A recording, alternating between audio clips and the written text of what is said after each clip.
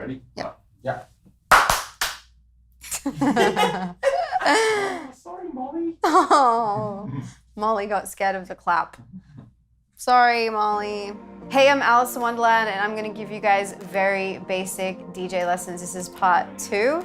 And this is a disclaimer that this is not the be-all and end-all of DJ techniques. This is just how I like to do things, and I'm keeping it really simple. So if you are a more advanced DJ, please be understanding. This is the very, very basics on beginners. You guys don't even know what you're doing yet, and I'm gonna teach you some stuff. Well, the first week I showed you guys the real basics on what the CDJs do, what all the gear does, and today I'm going to teach you how to mix 2 tracks together, and that is going to be where the fun starts. I'm going to show you how much of a difference it makes even when 2 songs are just 1 BPM out of time. One song is going to be at 121 BPM and the other one's going to be at 120 BPM, and you'll hear what I'm saying. So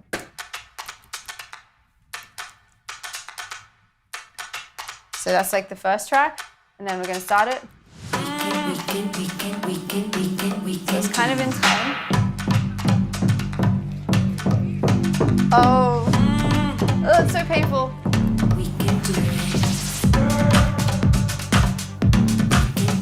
And you can hear it's like slightly out of time with each other now. And I gotta stop that because I can't handle it. But it's really important that we do make sure that our tracks are in time.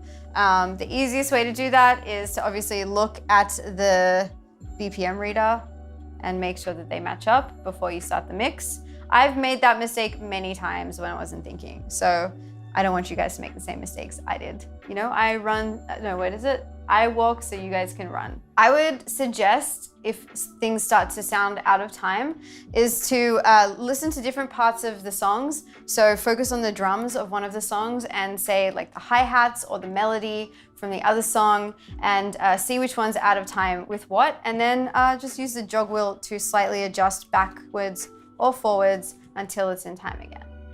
So let me show you an example. So this is the first track, which is way more percussive.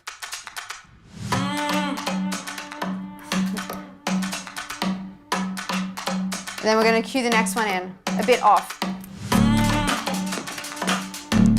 Can you hear? So you need to focus on which one's lagging. And this track is too slow.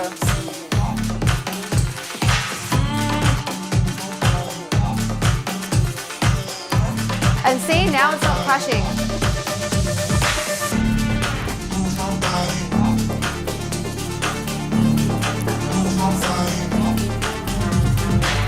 I'm gonna go back to the songs that I used in the last episode because I feel like it's better if you guys are more familiar with the song. I think I'm just gonna use these songs throughout the whole tune.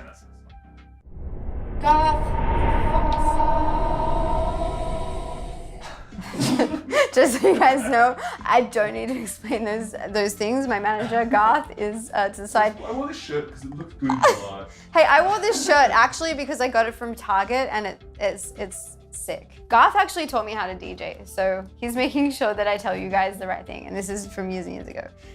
So this is how you should practice. At the very start, just take 2 tracks and get really good at mixing those 2 tracks. And once you do that, you'll be more comfortable with the decks, with the equipment, you'll know what everything does, and you'll be able to move around a little bit more easier without thinking too much. Why were you shaking? Stop shaking. Started to go on this long rant about something else. Just go, this is how you practice. You know what, Garth? Why don't you just teach everyone? We'll just change my YouTube channel to Garth Force. I wanted to do something different on my channel today with these lessons, and I wanted to bring out my manager, Garth, who actually taught me how to DJ back before he was my manager. And that was a very long time ago. And I feel like, Garth, you would be able to show people what you showed me when I started to DJ. And I think people would like that. So come on down. So I've set this up for you already. We've got 2 tracks at 100 BPM. And I just want you to tell everybody what you told me when I started DJing and show them what you can do. Okay. So, the easiest way, I think, to get good is just to... Am I completely...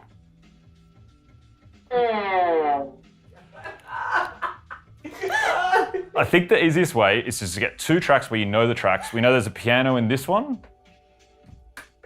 And we know that this one is the clappy one. So you just concentrate on getting the piano in time with the claps, with the percussion. And you just do it over and over. Okay, let's go. Okay, so then we're gonna bring in the other one. 2. These knobs here, you've got the highs, the mids, and the lows, and that's just like the frequencies in the track. You can actually still hear both beats, but when you turn down the lows, the beat of the track where the lows are completely turned down is way less present. When you beat match, you want the track that you're mixing in to be the one with the way less present lows, because it'll otherwise clash with the track that you're actually playing. Okay, back to reality. 1, 2, 3, 4. There you go. And for this, we just got them both up so you can hear both songs. You should be able to pull down one and then flick it back.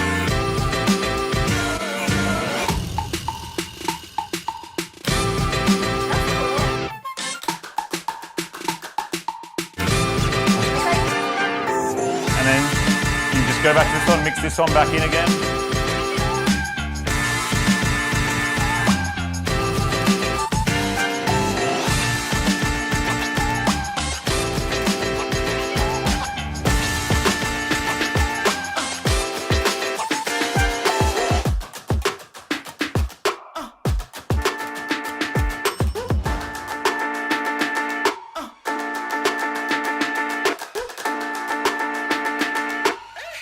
See, all I'm trying to do is keep the piano in time.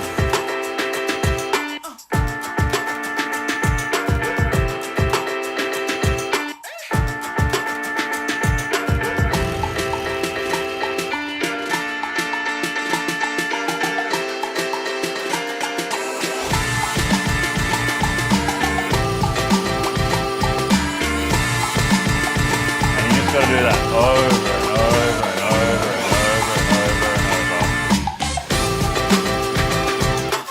Get the song out of time, and get it back in time. Whoop, there you go. Then get this one out of time. Get it back in time.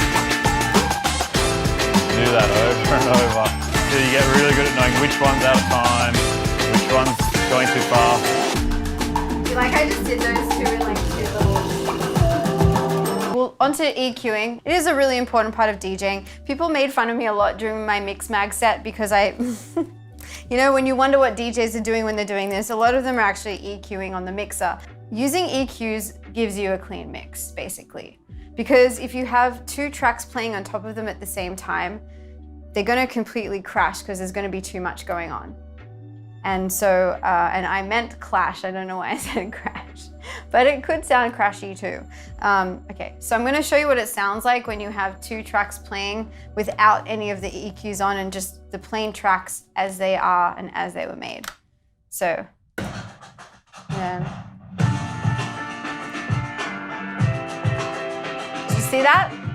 See, I slightly did it too late. See, there's too much going on.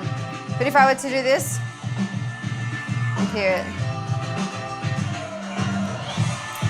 And now you're only able to focus on the main track playing, and the track you're mixing in is just an addition right now, until you can hear this is now the main track.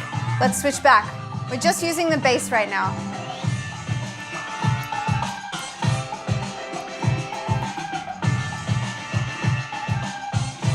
Let's go again. This is going to be the main track. This is actually a very good place to mix out of the track that was in before. Every time there's a breakdown, I would suggest mixing out. And then, woo! You've got a mix.